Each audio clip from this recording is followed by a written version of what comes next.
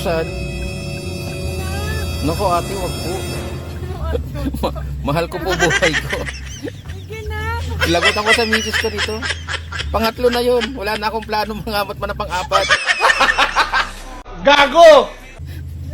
Sige na, buksan mo na. Bye-bye. Isa lang, kuya. 150 lang. Hindi po. Mahal ko po buhay ko.